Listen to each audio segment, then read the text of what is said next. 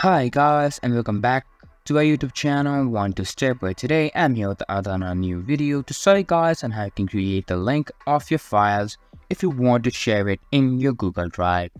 Creating the link file is quite easy and simple. All you need to do is simply log into your account and select the file of you want to create the link of. After that, hover your mouse over it and right click on it.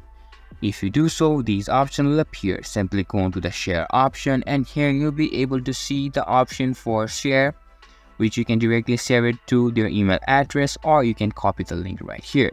Simply click on copy link option, and on the bottom left side you can see a pop-up of link copied. Now you can see that as a link has been copied, you are now able to freely paste it anywhere and share your files with other people as well.